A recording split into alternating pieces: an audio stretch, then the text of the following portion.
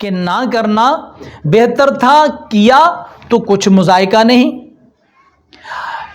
بہار شریعت والے فرماتے ہیں کہ یہ خلاف اولا اور مستحب کے فرق کے بیان میں بہت ساری آپ کو عبارتیں ملیں گی مختلف کتابوں میں، لیکن فرماتے ہیں یہی اطر تحقیق ہے جو میں نے بیان کر دیا۔ اطر تحقیق یہی ہے کہ خلاف اولا جس کا نہ کرنا بہتر تھا، لیکن اگر کسی نے کر لیا تو کچھ مذائقہ نہیں۔ حسن سے احسن نام کی طرف جانا مستحب ہے، تو مستحب عمل تھا نام چینج کر لینا۔ نبی پاک، اسی لیے نبی پاک صلی اللہ علیہ وسلم نے جب فرمایا کسی نے اس کو اپنا لیا، برہ سے زینب کر دیا، انہوں نے کہ حضور ٹھیک ہے آمنا و صدقنا۔ شہاب سے ہشام کر دیا، انہوں نے تسلیم کر دیا آمنا و صدقنا، کہ کر لیا تو اچھا ہے۔ اور حضرت سعید بن مسیب کے دادا جان نے نہیں تسلیم کیا، تو زیادہ سے زیادہ خلاف اولا ہوا نا۔ تو حضور صلی اللہ علیہ وسلم نے ان کو اس پر جو ہے نا کسی قسم کی آپ پکڑ نہیں فرمائی کہ تم نے میری بات کیوں نہیں مانی۔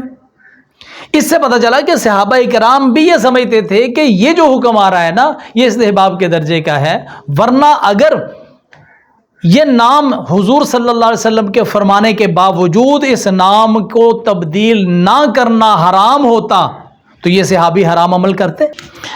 اب آئیے میں آپ کی ساری بات کو سمیٹ دیتا ہوں کہ یہ جتنے احادیث کے حوالے میں نے پیش کیے ان سب کو اگر یکجا کیا جائے تو یکجا کرنے کے بعد ایک نتیجہ نکلتا ہے کہ جتنے بھی اسماء میرے آقا نے چینج کیے، چاہے اس کے اندر علت تھی جو ہے وہ تعلی والی، تزکیہ والی، چاہے اس کے اندر علت تھی نام کی معنویت والی، چاہے اس کے اندر تھی تفاعل والی یعنی بدفعلی والی، علت کوئی بھی تھی، حضور صلی اللہ علیہ وسلم نے جس کو چینج کر دیا یا نام نہ رکھنے کا حکم دیا ہے وہ سارے دلائل مل کر استحباب کے درجے میں پہنچتے ہیں، اور اگر کوئی اس پر عمل نہیں کرتا تو وہ خلاف اولا کا مرتکب ہے، جس کو صاحب بہار شریعت کہتے ہیں کہ کوئی مذائقہ ہی نہیں ہے۔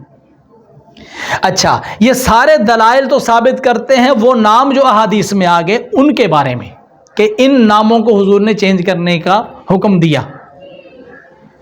یہ جو اور نام ساتھ شامل کیے گئے، نور الدین، نظام الدین، یہ سارے نام یہ چلے سید اعلیٰ حضرت کی جانب سے کچھ نام جزیہ کے طور پر آئے ہیں کہ سید اعلیٰ حضرت نے ان کو منع کیا، تو وہ کیوں منع کر رہے ہیں؟ یہ قیاس کرتے ہیں ان ناموں پر جو نام حدیث میں آئے۔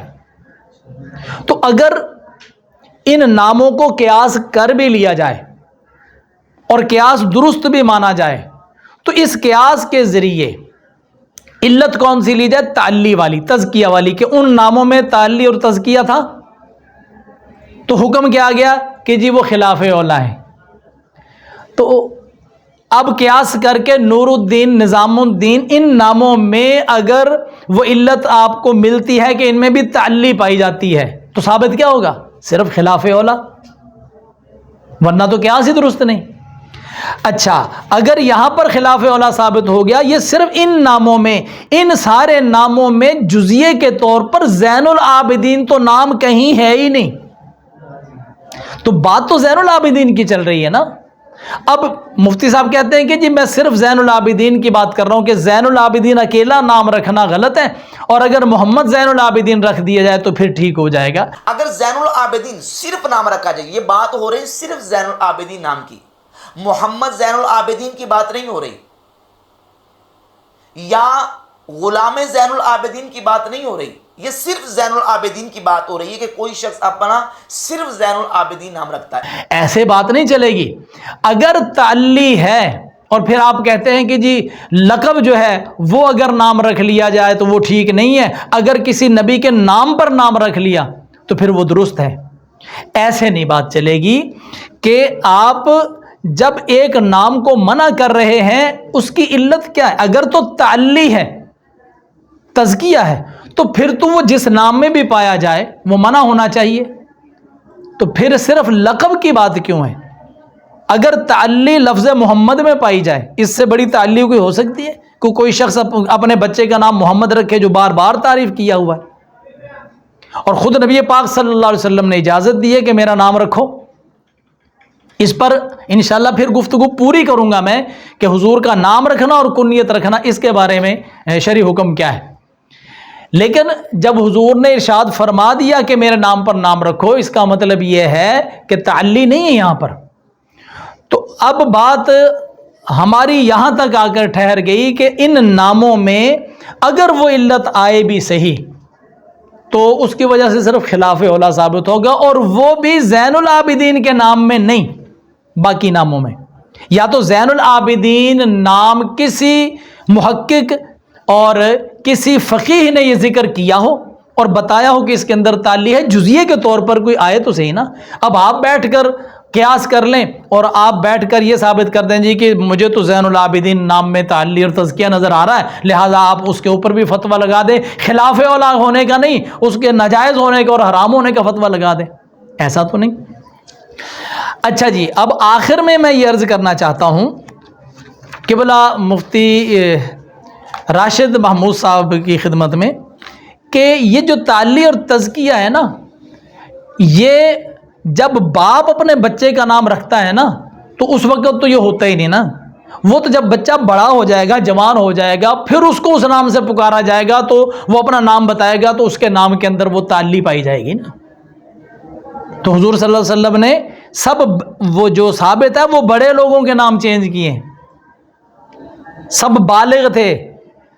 اس سے پتہ چلا کہ وہ جو تعلی اور تزکیہ والا مفہوم ہے، ایک تو یہ ہے کہ بندہ خود کا اپنا نام رکھے، جس طرح مفتی صاحب بار بار کہہ رہے ہیں، کوئی بندہ خود کا نام یہ رکھ لے، کوئی بندہ خود کا نام یہ رکھ لے۔ اب کوئی شخص اپنا نام صدیق اکبر رکھتا ہے تو ظاہر ہے کہ صرف صدیق اکبر نام رکھے گا تو منع کریں گے۔ تو کوئی شخص اپنا نام فاروق اعظم رکھتا ہے تو یہ صرف اتنا نام رکھنا جائز نہیں ہے کیونکہ تزکیہ پایا جا رہا۔ بھائی کوئی بندہ اپنے آپ کا نام جب اس طرح کا رکھتا ہے نا تو اس کے اندر یہ بات آتی ہے کہ جی تعلی پائی گئی اور تزکیہ پایا گیا، اپنے آپ کو وہ بڑا ہونا ظاہر کر رہا ہے جب خود کوئی بندہ اپنا نام رکھتا ہے۔ تو میرے بھائی پھر یہ تزکیہ صرف اپنی ذات کے بارے میں نہیں ہے کہ اپنے آپ کو بڑا نہ کہو، پھر یہ ہے کہ کسی کو بھی یہ اجازت مت دو کہ وہ تمہیں بڑا کہے۔ یہ حدیث پاک آپ نے نہیں پڑھی کہ نبی پاک صلی اللہ علیہ وسلم کہ جب کوئی بندہ تمہاری تعریف تمہارے منہ پر کرے اس کے منہ میں مٹی ڈال دو؟ یہ اسی لیے نا کہ لا تزکوا انفسکم، اسی کے تحت آتا ہے۔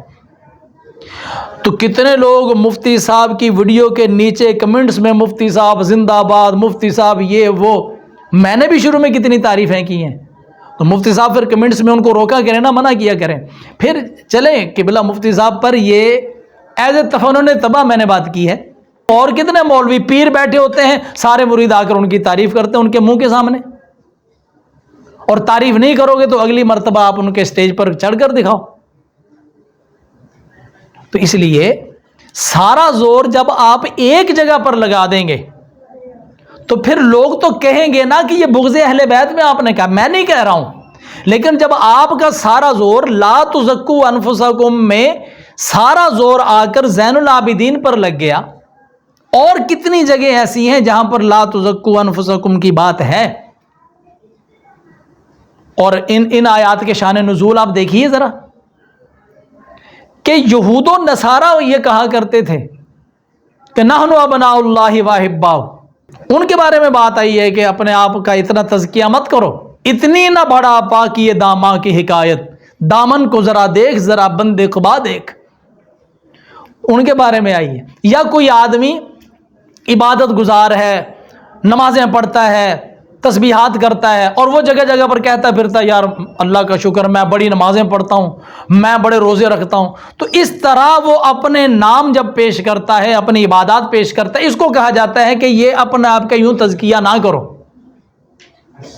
تو یہاں تزکیے جگہ جگہ پر ہو رہے ہیں، دوسرے لوگ آپ کے کر رہے ہیں، اس وقت لا تزکوا انفسکم کی آیت ہمیں سمجھ میں نہیں آتی، اور لفظ زین العابدین پر آ کر یہ بات آ جاتی ہے۔ تو پھر مولانا حنیف قریشی صاحب کہیں گے نا آپ کو کہ بغض اہل بیت میں تم نے کیا، میں یہ نہیں کہتا ہوں کہ بغض اہل بیت میں ہے۔ تو اس لیے جب آپ شریعت کا ترازو لے کر کھڑے ہوتے ہیں نا تو پھر اس شریعت کے ترازو میں برابر تولیں، ہر چیز کو تولیں۔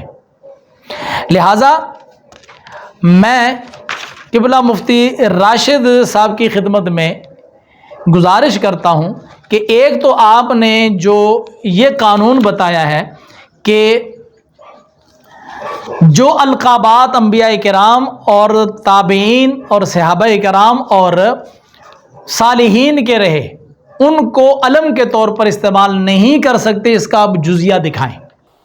جو القابات انبیاء، صحابہ اور اہل بیت اور اولیاء کے ذکر ہوئے ہیں، ان القابات کو بطور نام کے استعمال نہیں کر سکتے، کیونکہ جو لقب ہوتا ہے اس کے اندر وہ لقب یا تو قرآن و سنت نے دیا ہوتا ہے، یا وہ لقب امت کی اکثریت نے ان اولیاء اللہ کو دیا ہوتا ہے۔ ان کو بطور نام کے استعمال کرنا یہ درست نہیں ہے۔ اب کوئی اس کا حوالہ دیں، اور اگر یہ جزیہ ملتا ہے تو پھر اگلا میرے اس سوال کا جواب دیں کہ کیا پھر یہ فتویٰ آپ لگائیں گے کہ مرتضیٰ نام رکھنے والا گناہ گار ہے، اسد اللہ نام رکھنے والا گناہ گار ہے، سیف اللہ نام رکھنے والا گناہ گار ہے؟ کیوں؟ یہ تو لقب ہے ان کے۔ اور اب آ جائیے بات جو آپ نے سوال کیا مثال دیتے ہوئے کہ جیسا کہ حضرت عمر بن خطاب کا نام فاروق اعظم ہے اور جیسے حضرت ابو بکر کا نام صدیق اکبر ہے، تو کیا کوئی بندہ اپنے بچے کا نام فاروق اعظم اور صدیق اکبر رکھ سکتا ہے؟ بھائی صاحب، قبلہ مفتی صاحب، آپ نے جب زین العابدین کے نام پر فتویٰ لگایا تو کروڑ کر کہا کہ میں بات صرف زین العابدین کی کر رہا ہوں، محمد زین العابدین کی نہیں کر رہا۔ اگر زین العابدین صرف نام رکھا جائے، یہ بات ہو رہی صرف زین العابدین نام کی، محمد زین العابدین کی بات نہیں ہو رہی، یا غلام زین العابدین کی بات نہیں ہو رہی، یہ صرف زین العابدین کی بات ہو رہی ہے کہ کوئی شخص اپنا صرف زین العابدین نام رکھتا ہے۔ اور جب دلیل دینے پر آئے کس بات کی کہ جو کسی کا لقب ہوتا ہے وہ آپ نام کے طور پر استعمال نہیں کر سکتے، اس وقت آپ نے کہا کہ فاروق اعظم حضرت عمر کا لقب ہے۔ مفتی صاحب نہیں، مفتی صاحب نہیں، قبلہ نہیں، حضرت عمر بن خطاب کا لقب فاروق اعظم نہیں ہے، فاروق ہے۔ آپ کا جو لقب ہے وہ فاروق ہے، فاروق اعظم۔ ہم ادب کے طور پر، احترام کے طور پر ہم مانتے ہیں فاروق اعظم، لیکن آپ کا جو لقب بارگاہ مصطفیٰ صلی اللہ علیہ وسلم سے ملا، فاروق ملا۔ یوں ہی جناب ابو بکر رضی اللہ تعالی عنہ کا جو لقب ہے وہ صدیق اکبر نہیں ہے، صدیق ہے۔ بڑا جو ہے نا وہ واضح طور پر کہا کہ میں بات صرف زین العابدین کی کر رہا ہوں، محمد زین العابدین کی نہیں کر رہا۔ اور جب لقب کی بات دلیل کے طور پر لے کر آئے تو وہ صرف آپ کو چاہیے تھا نا کہ فاروق لقب ہے حضرت عمر کا، اور خبردار کوئی بندہ قیامت تک اپنے بچے کا نام فاروق نہ رکھے، پھر آپ کو یہ کہنا چاہیے تھا نا، پھر صرف فاروق کی بات کرتے نا۔ جب آپ دلیل دیتے ہوئے حضرت ابو بکر کے لقب کی بات کر رہے تھے تو پھر آپ صدیق کہتے نا، صرف صدیق کہتے اور فتویٰ لگا دیں کہ قیامت تک کوئی شخص اپنے بچے کا نام صدیق نہ رکھے۔ کیوں؟ یہ تو ایک صحابی کا جو ہے وہ لقب ہے، لیکن وہاں آپ کہہ رہے ہیں کہ صدیق اکبر ہم کسی کا نام نہیں رکھیں گے۔ مفتی صاحب صدیق اکبر بتائیے کس نے حضرت ابو بکر صدیق کا لقب صدیق اکبر کوٹ کیا ہے؟ ایسا نہیں ہے۔ زین العابدین نام اگر منع ہے تو مجھے بتائیے کیا اس کے اندر لفظی قباحت ہے، یا اس کے اندر بدفعلی ہے، یا اس کے اندر تعلی ہے؟ تینوں میں سے جس کو منع کرنے کی وجوہات ہیں وہ کون سی پائی جاتی ہے؟ ایک بھی نہیں ہے۔ آپ زیادہ سے زیادہ استدلال کر کے، قیاس کر کے تعلی کو لے کر آئیں گے یہاں پر، تو اس کے اندر زین العابدین میں تعلی نہیں ہے۔ اگر لفظ زین العابدین میں تعلی ہے تو پھر اس کے ساتھ لفظ محمد بھی لگا دیں گے، پھر بھی تعلی تو رہے گی نا، پھر تعلی کیسے ختم ہو گئی؟ کیا آپ یہ کہنا چاہتے ہیں کہ لفظ محمد جب ساتھ لگ جائے گا تو زین العابدین جو ہے یہ خبر بن جائے گی لفظ محمد کی، اور محمد صلی اللہ علیہ وسلم تو زین العابدین ہیں؟ کیا آپ یہ کہنا چاہتے ہیں؟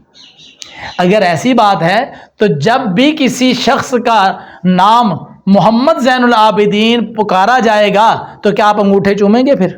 کیونکہ زین العابدین تو پھر اس محمد کی خبر بن گئی نا۔ محمد بخش کے جو شعر پڑھے جاتے ہیں، او نہیں آئے محمد بخشا جڑے آپ ہتھیں دفنائے، تو او نہیں آئے محمد بخشا، کیا ایسے کریں گے پھر آپ؟ ایسا تو نہیں ہے نا۔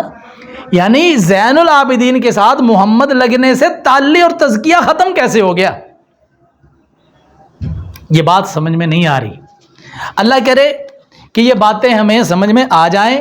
زین العابدین اکیلا لفظ یا محمد زین العابدین دونوں ہی ٹھیک ہیں، زیادہ سے زیادہ دلائل کو کھینچ تان کر لایا جائے اور سارے قیاسوں کو مان لیا جائے تو ثابت صرف اور صرف خلاف اولا ہوگا، جس کے بارے میں صاحب بہار شریعت کہتے ہیں کہ اس میں کچھ مذائقہ نہیں ہے، نہ کرے تو اچھا ہے، کر لیں تو کوئی مذائقہ نہیں ہے۔ تو پھر آپ دیکھیں تو صحیح کہ کتنی بڑی بارگاہ کا نام ہے، اور اس کے اندر اگر ثابت ہو تو خلاف اولا، اور اس کو ثابت کرنے کے لیے ہم کیا کیا کچھ کر رہے ہیں۔ اللہ تعالی ہمیں اہل بیت اطہار کی محبت عطا فرمائے، اور نیت کر لیں کہ اگلا پورا سال جس جس کے ہاں بیٹا پیدا ہوگا وہ اپنے بیٹے کا نام محمد زین العابدین رکھے گا۔ ویسے محمد زین العابدین کو تو مفتی صاحب بھی مانتے ہیں۔ اب مجھے یہ سمجھ نہیں آ رہی کہ محمد زین العابدین اور زین العابدین میں اتنا کون سی بات کا فرق ہے۔ السلام علیکم ورحمۃ اللہ۔